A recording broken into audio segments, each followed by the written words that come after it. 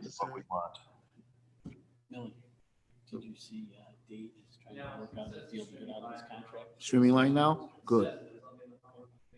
Okay. Personally, I believe that we need to hire superintendents locally. For live? All right. Oh, you're getting it? Yeah, I see it.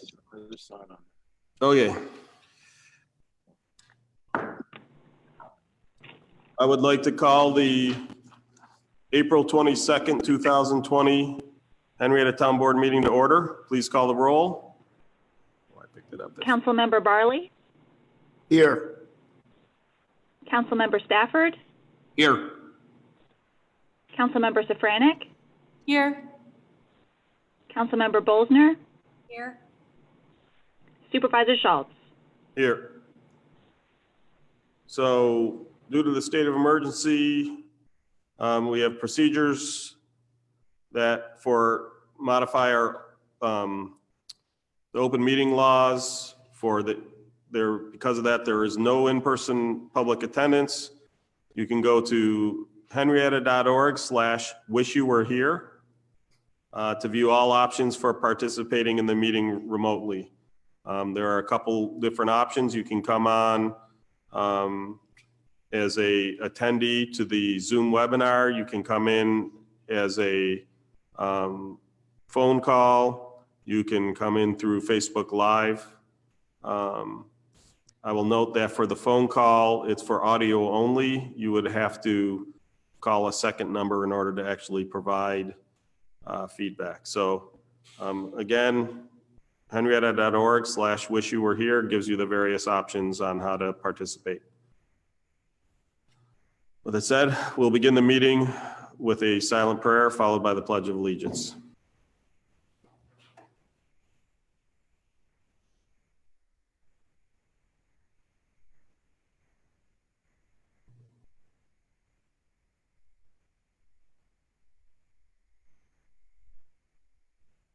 I pledge allegiance to the flag of the United States of America and to the republic for which it stands, one nation, under God, indivisible, with liberty and justice for all.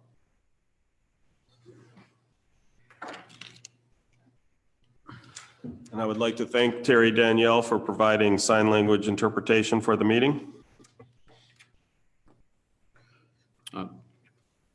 Can I get a motion for the minutes? Yes, Mr. Supervisor, I'd like to make a motion to approve the town board meeting minutes from April 8th, 2020. Seconded. Any discussion? Hearing none, please call the roll. Councilmember Barley, Aye. Councilmember Stafford, Aye. Councilmember Safranek, Aye. Councilmember Bolzner, Aye. Supervisor Schultz. Aye.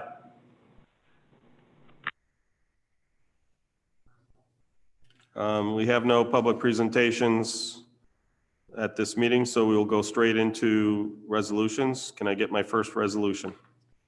Yes, Supervisor Schultz, I have resolution 10-133, 2020 to authorize bills payable for April 22nd, 2020. Seconded. Any discussion?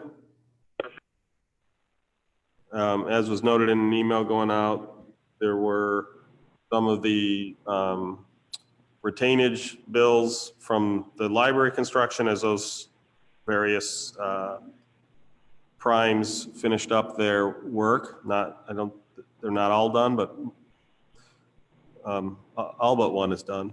There was also some bills for the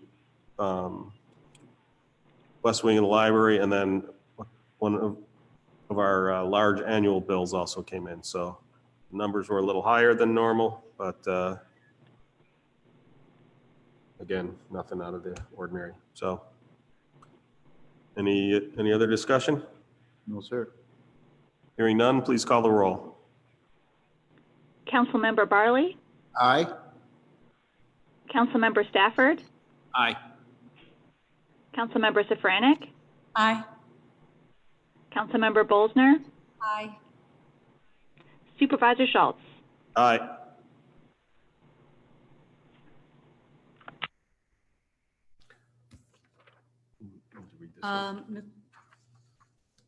Well, Just the top, right? Yeah.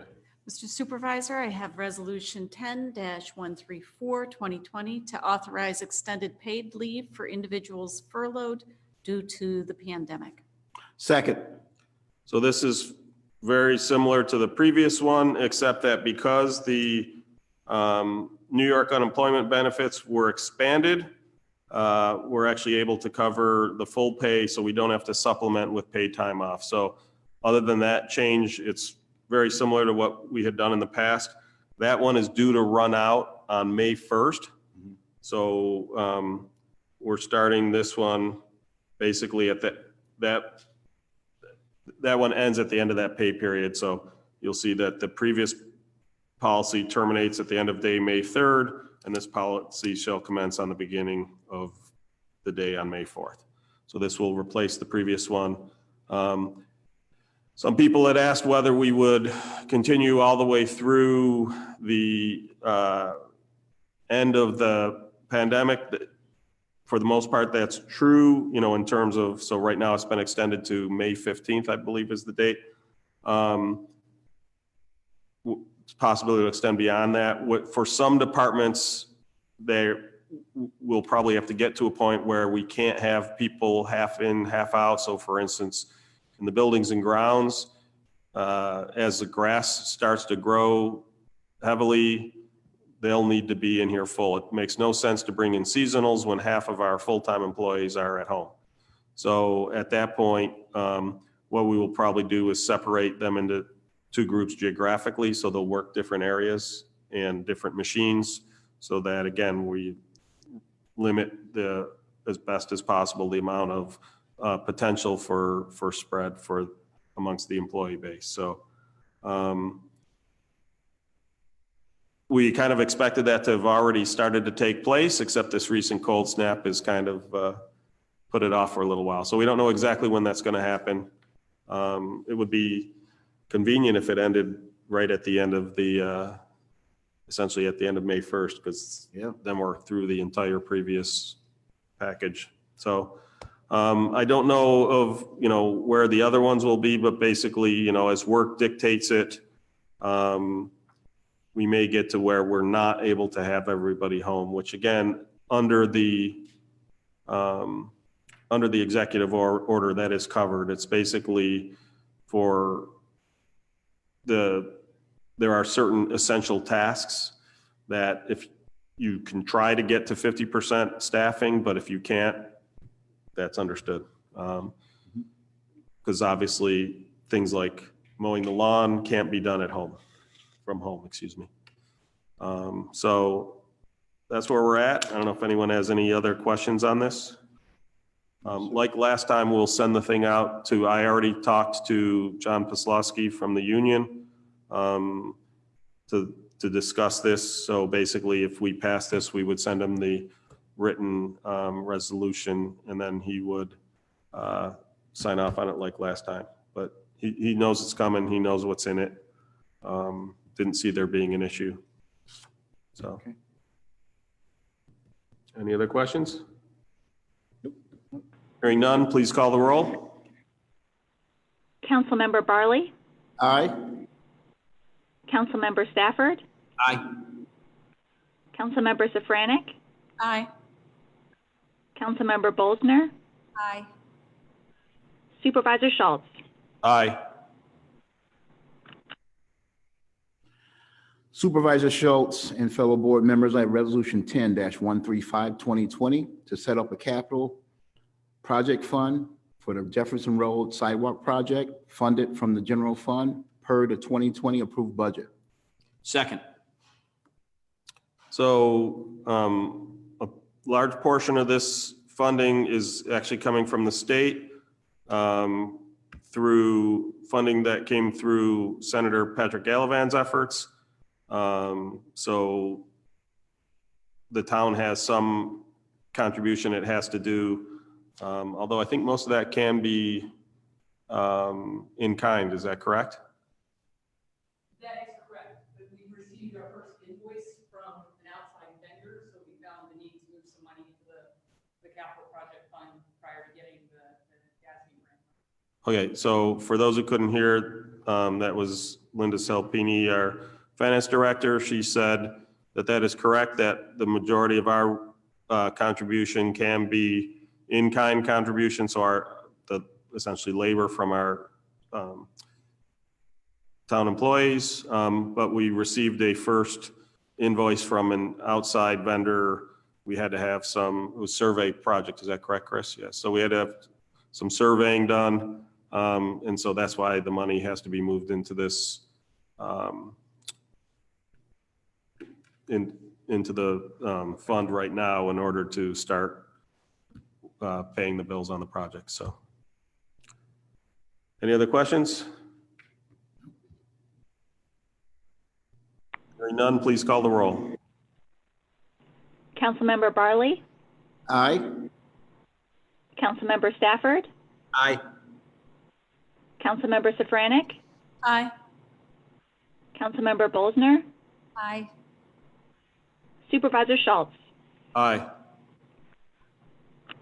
Mr. Supervisor, I have Resolution 10-136, 2020, to appoint a temporary Board of Assessment Review member. Second.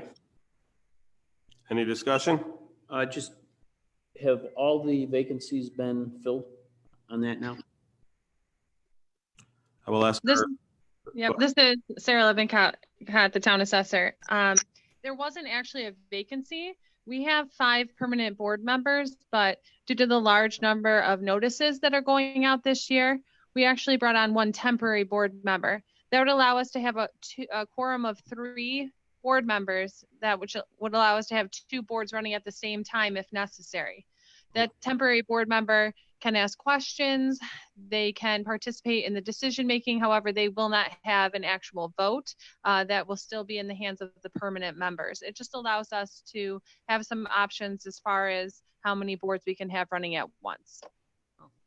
Thank you, sir. Great idea. Any other discussion?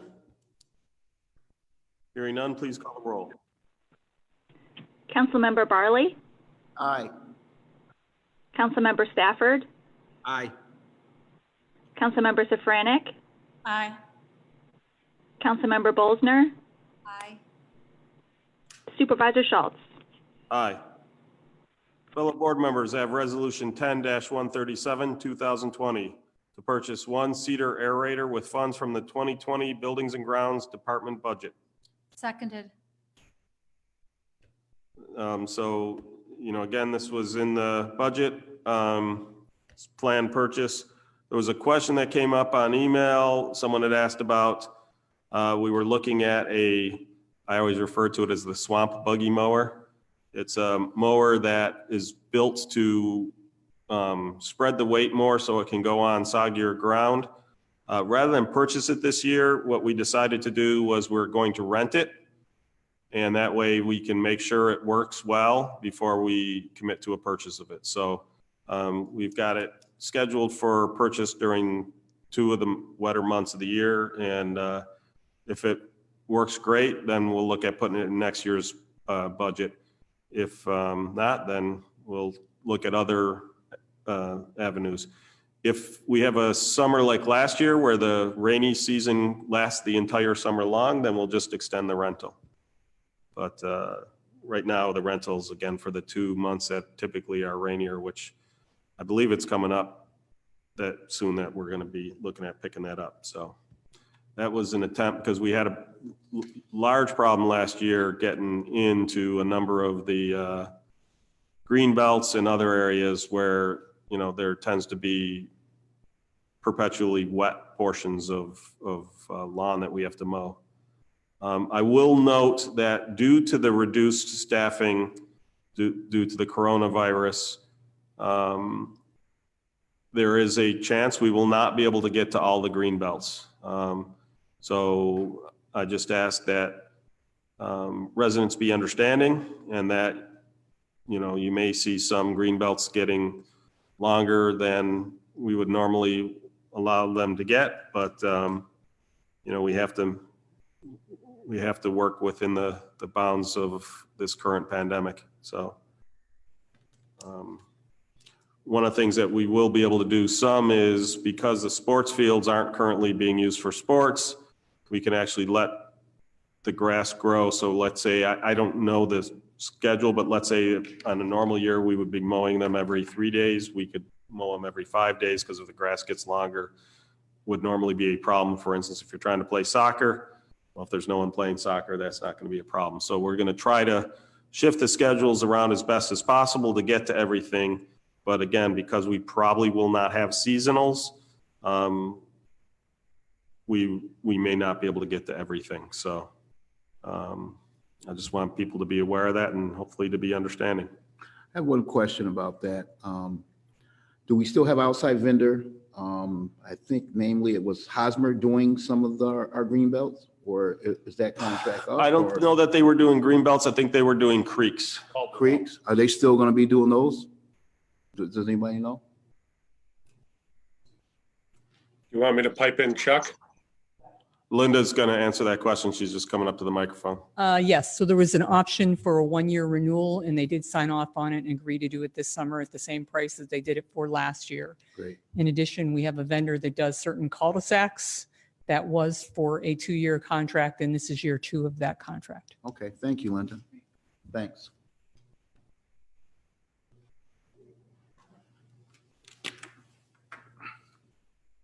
Any other questions? Hearing none, please call the roll. Councilmember Barley? Aye. Councilmember Stafford? Aye. Councilmember Safranek? Aye. Councilmember Bolzner? Aye. Supervisor Schultz? Aye. Supervisor Schultz, we have resolution number 10-138, 2020, to make an employee change. Seconded. Any discussion? Hearing none, please call the roll. Councilmember Barley? Aye. Councilmember Stafford? Aye. Councilmember Safranek? Aye. Councilmember Bolzner? Aye. Supervisor Schultz? Aye. Mr. Supervisor, I have Resolution 10-139, 2020, to approve the purchase and installation of guide rails for the Castle Road Culvert Project. Second. So as we've talked about in the past, this project has been, the project from hell. Anything that could go wrong on it has gone wrong on it. We worked with the contractor Nardozzi to come up with a good solution so that they can move on to their other constructions and we can get this done. Part of the problem was that the guide rails, the original design needed to be modified. And of course, because the folks doing that are short-staffed due to the pandemic, that took longer than intended. But the long and short of it is we have a solution. We talked with Nardozzi and they felt that the best way to handle this, so they had some things that they didn't need to include in there and such. And we basically, we're putting together a change order. They're releasing some of the money that would otherwise go to them, including the stuff that originally when they were going to reinstall the guide rail. And so we would pay to do the guide rail. The elderly is already on board and ready to go. They are on the state OGS contract. They're one of there's only actually a few vendors that actually are licensed to do this work. So again, this is already set to go. We just, again, came to an agreement that with Nardozzi that it makes more sense for the town to take it over from here, because basically all they would do is add their time and materials, or excuse me, overhead and profit, because the time and materials come from elderly, not from Nardozzi. So this allows them to essentially, they finished off all of their punch list items.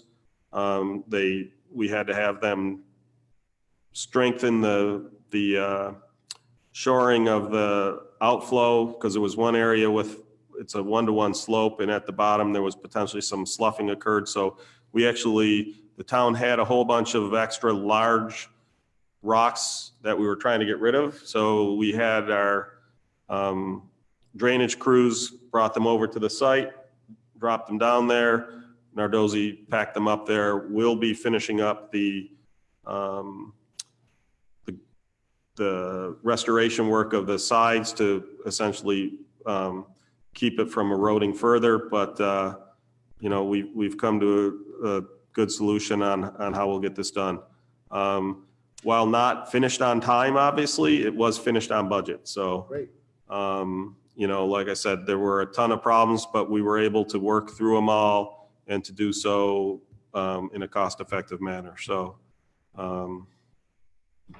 sorry for the inconvenience it caused to the people in that area. And you're welcome for those people who don't want it reopened that it took this long. So there's mixed opinions on that. Exactly. But, I guess the one thing about the pandemic is it hasn't been screwing up the school bus schedule for the last month or so. Exactly. So again, what's left is if we approve this, Elderly will come in, they'll install the guide rails, and then we have our town crews ready to pave shortly thereafter. That's one of the other good things is because of the delay, we originally, if we'd finish it in winter, we're going to put down temporary pavement and then this summer rip that up and repave. There's no need to put down the temporary pavement, so that saves money. We'll just go straight to the final pavement. What we'll probably do is just put down the base and the binder. We won't put down the top coat because we expect there to be some settling. So the effect of that will be there'll essentially be 2 speed bumps, if you will, because when you get to the paving section, it'll drop down a little and then it'll pop back up when you get to the far end. So there's a lot of people who are calling, we're asking, can we do something about it because of the people racing through? Effectively, we will. Now, that's not necessarily a permanent solution, but if we find that it is very effective, we could take a look at, is there some way we could, do something along those lines from a speed management standpoint. But just wanted to give everybody an update on where we're at. And again, to apologize for the extra time it took. I will tell you, it wasn't for a lack of trying or staying on top of it. It was just one of those projects. Mhm. Any questions? No, not really, besides the bus thing. I mean, there's a lot of parents that are teachers now. Yep. And they're fighting that teachers should be paid more money. Yeah. I did hear some comments from some neighbors in that area mentioning that there were rats coming up from that culvert. I was wondering if anyone had noticed that and if there was anything that we could do about it. Got a couple of. Well, I mean, the culvert's brand new, so they weren't living there in the culvert. If they're coming out, it's a giant, I mean, this isn't a pipe. This is big enough to fit a car. So that just means they're coming in one end and coming out the other. I don't think the DEC would let us do anything if we could, because it's under that's a protected stream. It's under the auspices of the DEC. Okay. So we'll take a look at it, but I don't know what we could do. So they're swimming out of the water, not clear where they're coming from. I don't know, some of the neighbors in that area were complaining that they had a lot of rat activity and they felt that it was coming from the culvert. I don't know that anybody had actually seen the rats in the culvert. So again, it's a big concrete tube and the entire base of the tube is water. So I don't know where they would be coming from, but I didn't hear any on the construction. Craig or Chris, did you hear anything of discussion of rats when they were constructing? Yeah, Chris said no. No, the only thing that we ever came across was one snake. The inspector on site or me at multiple times. I never saw any rat activity, so to speak, but I can certainly double check with the inspector. Okay, we'll keep an eye on it. Man, It's snake- possible there are a couple other like drain pipes and stuff like that. So it's possible it's coming from a drain pipe and not from the actual culvert. Yes. So, Well, rats like snakes. No, it's the other way around. Any other questions? No. Hearing none, please call the roll. Councilmember Barley? Aye. Councilmember Stafford? Aye. Councilmember Safranek? Aye. Councilmember Bolzner? Aye. Supervisor Schultz? Aye. That concludes our resolutions. I'll open up the, well, I guess I'll reach out. Are there any public comments before we go into our committee and miscellaneous reports? We have not, oh, I have no sorry, public go comment. ahead, Craig. Yep, thank you. Okay. So I'll start off with just an update on road construction. Published a list of the town intended road construction in the town newsletter, which we did just, it's been printed, it's at the bindery. It's of course also going much slower because they're only running the printing operation one day a week and they're only running the bindery one day a week. But we did get sent the bill for postage, which means it should be getting to the post office in the not too distant future. But that has a list of the town construction projects, the road construction projects, which ones are being resurfaced.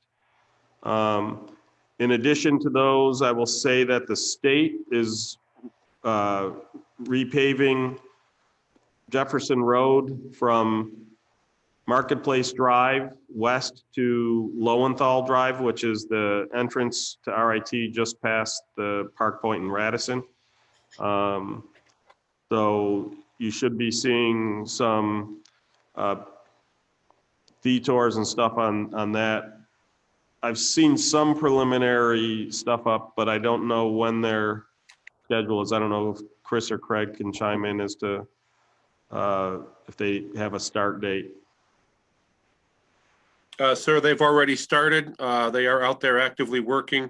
Thankfully, the detours and construction routes haven't changed much with the lessened traffic in that zone. They started with signal work and utility work underground. Great. Yeah, one of the things I've seen a couple memes go by is, you know, for God's sake, please do all your road construction now while the traffic's light. Unfortunately, what I have not seen on their list of things to do is repave East Henrietta Road or West Henrietta Road. You know, both of those have sections that really need it. So we'll stay on top of them to see if we can get them to add it to their list. But as of right now, it's not on that list. If any, you know, stimulus infrastructure work comes through, I've said, hey, consider us high on that list for any DOT stimulus work because those roads are in really rough shape. Anyone else? Sure. Before this year really got in, I set up a blood drive for our public library in Henrietta. And that drive is going to be in honor of my father who passed of leukemia on Saturday, June 6th.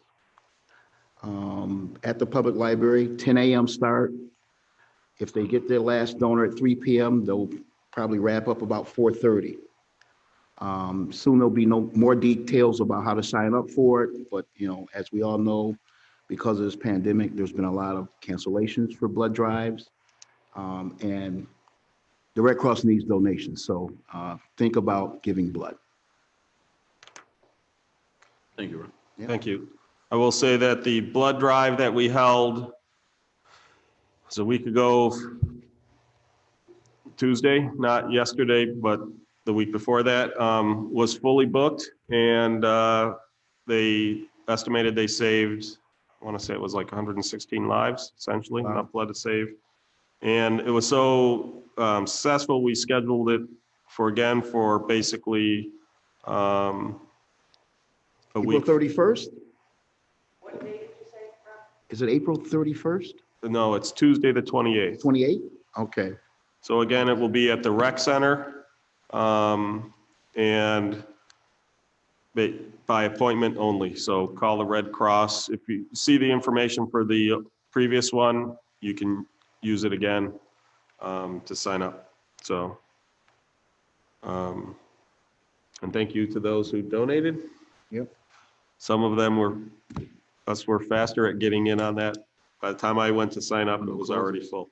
I never got in either. Also at the rec center, next Wednesday will be a food link, food distribution, supplemental food distribution. That is from noon to 2. Visit the food link site. We just got a poster from them, so we'll post that to our Facebook page and to our website. You know, it's the large box of supplies. It's basically pick up. We've got basically about 8 town employees who will be helping with the distribution. Well, 10 if you count the 2 crossing guards. There'll also be Monroe County Sheriff helping out with That's traffic great. because they expect traffic to be heavy. Yeah. I will note to seniors, the grab and go lunch will still be held at the senior center. So basically the food link is going to be at the rec center, and the senior grab and go lunch as well as the Rush Henrietta grab and go lunch will be at the senior center as per normal. Both of those will be going on at the same time. I don't think it will be an issue, but it was one of those that was too difficult to relocate, reschedule. So, but a lot of good supplemental help. So if you're a family out there listening to this and you need supplemental food, again, I encourage you to go to Food Link, or if you're a senior, to call the senior center. Great. I'd just like to encourage residents of Henrietta to complete the census. Henrietta response rate for the census is better than the state. We're at about 57%, but our neighboring towns are at a much higher rate with around 70 to 75%. So if you can get your census in, encourage your family members to get the census in, particularly those who whose first language might not be English. You can certainly assist them in completing it. It's important for a lot of different reasons. I have a question about that, Council Member Millie. Can they still do that online, or do they have to mail it in? I am not 100% sure, but I believe that the online portion has passed and that they have to complete Yeah, I the think that paper date was copy April now. 1st. Yeah, I think so. Mhm. I think you're right. I don't know if they extended that or not. I know. Yeah, I don't know either. I don't. Yeah, I but- have not heard if they have extended it or not. So, Okay, that's great. Normally, Thanks for reminding us. normally we would have a lot of people out there Yeah, knocking on doors and doors, collecting, census information lot in of lots stuff. of different languages, but unfortunately that Right. can't happen right now. Yeah. I spoke with Reg Allen from CHI's ambulance today. As I said 2 weeks ago, they were applying for some different loans and grants, and they were approved by the PPP for one up to $800,000. Wow, that's great. Which is Good. great. He also reported that their calls are down by 30% still, and very happy to report none of his first responders, the EMS or paramedics, have been diagnosed with COVID. That's a So blessing. that's Yeah. very good that they're safe. So that's all I have, Supervisor.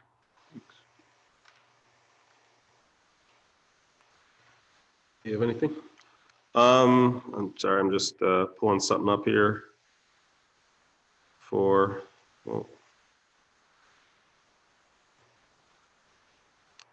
I guess it's today.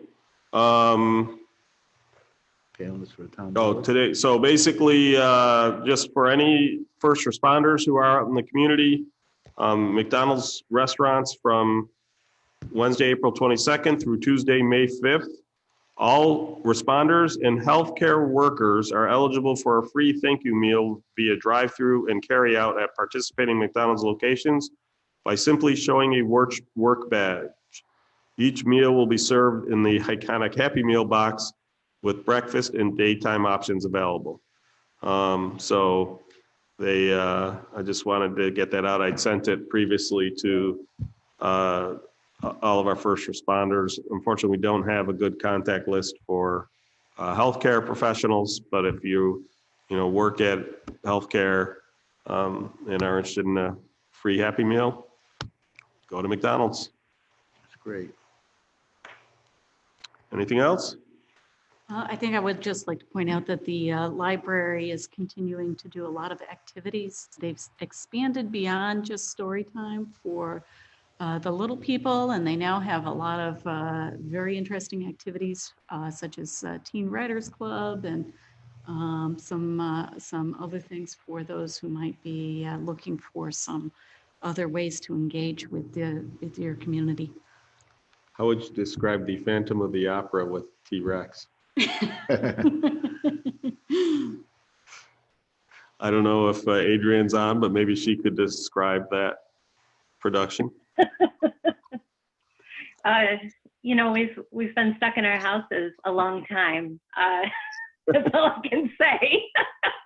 It inspires creativity and expression, self-expression. I know a lot of people got a kick out of it, so. And also people loved, I don't know how many people saw, but the city of Ottawa had signs for the parks talking about maintaining 6-foot distance, and they used icons, basically the outlines of John Cleese from the Ministry of Silly Walks, Monty Python skit. So I loved it. So, we'd had discussions about putting up signs at our parks to make it clear what was open and what was closed. So I shamelessly stole the city of Ottawa's idea, and our signs now have the Ministry of Silly Walks, and we got a lot of compliments on that. Thought it was, a great injection of humor during tough times. So, if I could speak French, I'd thank the city of Ottawa in French, but I don't. So, anybody took French class and wants to thank Ottawa? Come on, Lisa. I did Spanish, sorry. Spanish. Okay, anything else? Well, I didn't know that Adrian was on, but I want to thank Adrian for getting back to me because the representative at the Red Cross had emailed me to make sure that our library would be available, being that all this pandemic is going on. And Adrian was nice enough to get back to me and tell me, yep, we will do that regardless of what's going on. So thanks again, Adrian, for your support. Happy to do it. I guarantee you, though, she would have said irrespective or regardless. She Is wouldn't that have said right? irregardless. I don't recall what she said, Steve. I'm just saying which one's grammatically correct. I know she said yes. Linda got her head in her hands. I think that means we're done. Can I get a motion to adjourn? Make a motion, we adjourn. Seconded. Hearing no objection, meeting adjourned. Thank you to all the staff who participated via Zoom. Thanks to any residents watching. And again, thanks to Terry for providing our sign language interpretation for the deaf and hard of hearing. Yes, thank you. Have a good day. Good night. And please let us